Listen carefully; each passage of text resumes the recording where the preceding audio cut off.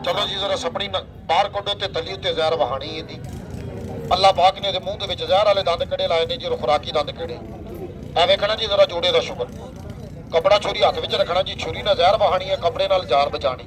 ऐ वेख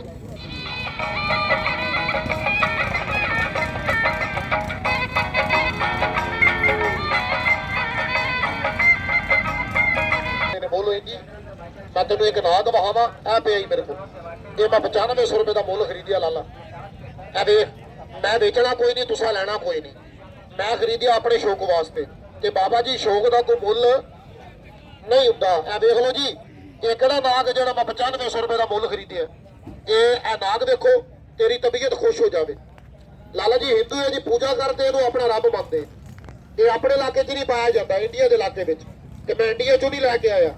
जो जोगी आ शिकारी फड़ते ने भाई जान, ये सलाब आता पानी के जरिए रुड़ के आते हैं जी। उधरों जोगी इन्होंने फड़ लेंगे ने, असी उन्होंने पैसे दे के मुल लै लेने। और मैं इंडिया विचों नहीं जाके लैके आया।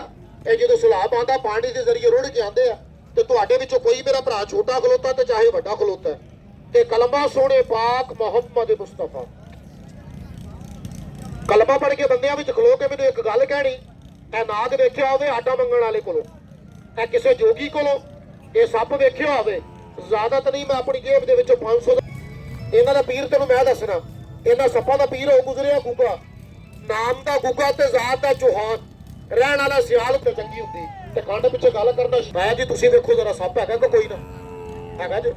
ਲੋ ਜਿਹਨਾਂ ਭਰਾਵਾਂ ਦੇ ਹੱਥ ਬੰਨੇ ਨੇ, ਇੱਕ ਮਿੰਟ ਜਰਾ ਆਪਣੇ ਹੱਥ ਖੋਲੋ, ਮੈਂ ਸੱਪ ਛੱਡਾਂ।